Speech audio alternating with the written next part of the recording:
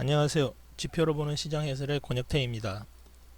지난 시간에는 코로나 바이러스와 실물 경제의 지표를 살펴보면서 과연 시장이 급반등이 나올지 안 나올지 이런 면을 좀 말씀드렸습니다. 오늘은 주간 시황을 말씀드릴까 합니다. 일단 지표를 먼저 보겠습니다. 주요 발표되는 지표로는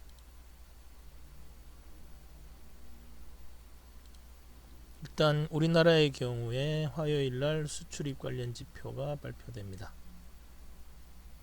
예상은 의외로 수출이 좀 증가할 것으로 예상되고 있습니다. 반도체도 그렇고 일단 의료 장비가 많이 수출이 될 것으로 그렇게 예상을 하고 있는 것 같습니다. 미국은 레더북도 발표되고요. 중국의 수출입 지표도 화요일날 발표됩니다. 수출입 지표가 괜찮다는 얘기는 전 세계 소비 시장의 절반을 차지하고 있는 미국에서 좀 소비가 많이 일어난다는 의미로 받아들여도 되지 않을까 봅니다. 그리고 이번 주도 역시 미국의 리테일 세일즈, 그러니까 소매 판매 분야죠. 3월달 소매 판매가 나옵니다. 얘가 과연 얼마나 숫자가 좋게 나와줄지, 아마 이번 주 중에 발표되는 지표 중에서는 이 소매 판매, 미국의 소매 판매가 지표가 제일 중요하지 않을까 봅니다. 3월 17일인가요? 그 부근부터 미국이 홈스테이 하라고 그렇게 얘기했었죠. 그래서 뭐 대부분의 상점이라든가 문을 닫았었습니다. 그리고 지금 그게 거의 17일이니까 거의 지금 3주째 가고 있는 거죠. 3주가 지났네요. 그죠? 4주 정도.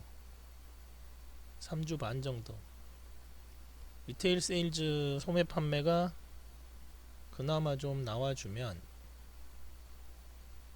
지수에 큰 출렁거림은 없을 것으로 봅니다. 저희는 주로 반도체 쪽을 말씀드리고 있는데, 반도체주는 이번 주는 AMD 밖에 발표하는 기업이 없습니다.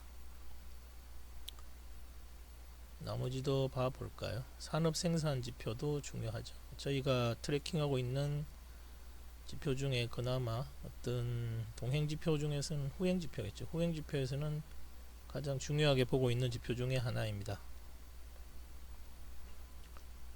그리고 주 후반으로 넘어가면 역시나 실업수당 청구 건수겠죠. 실업수당 청구 건수 관련해 가지고 또 얼마나 늘었을래나요? 많이 늘었을 걸로 보여집니다.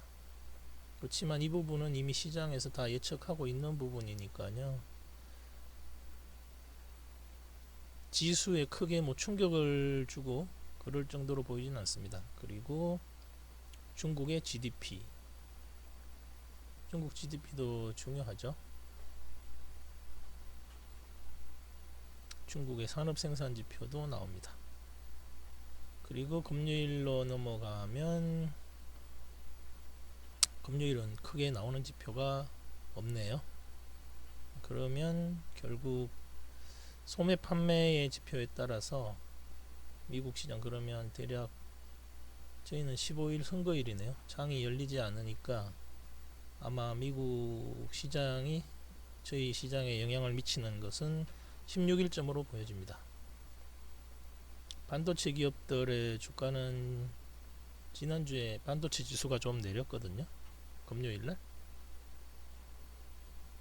다들 2분기 예상 실적 때문에 그렇다고 하는데, 월 그러니까 16일 AMD부터 해가지고 IBM이나 구글, 애플 다 월 말 부근에 실적이 발표됩니다. 반도체는 뭐 다들 예상하고 또 익히 언론에도 많이 보도되고 해서 실적이 그렇게 크게 나빠질 거라고 보지는 않거든요.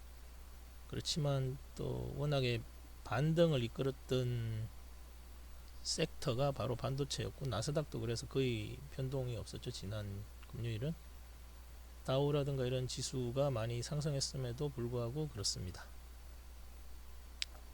네, 그래서 앞으로 결국 수요일날 나오는 소매 판매 지표에 따라서 시장의 어떤 변동성이 예상이 되고요.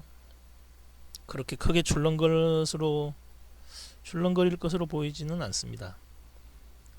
코로나 사태 환자 수랑 사망률, 그리고 기업들 실적 발표가 이어지면서 주가는 글쎄요, 지금 단계보다 약간 우상향하는 그런 수준으로 움직일 것으로 예상됩니다.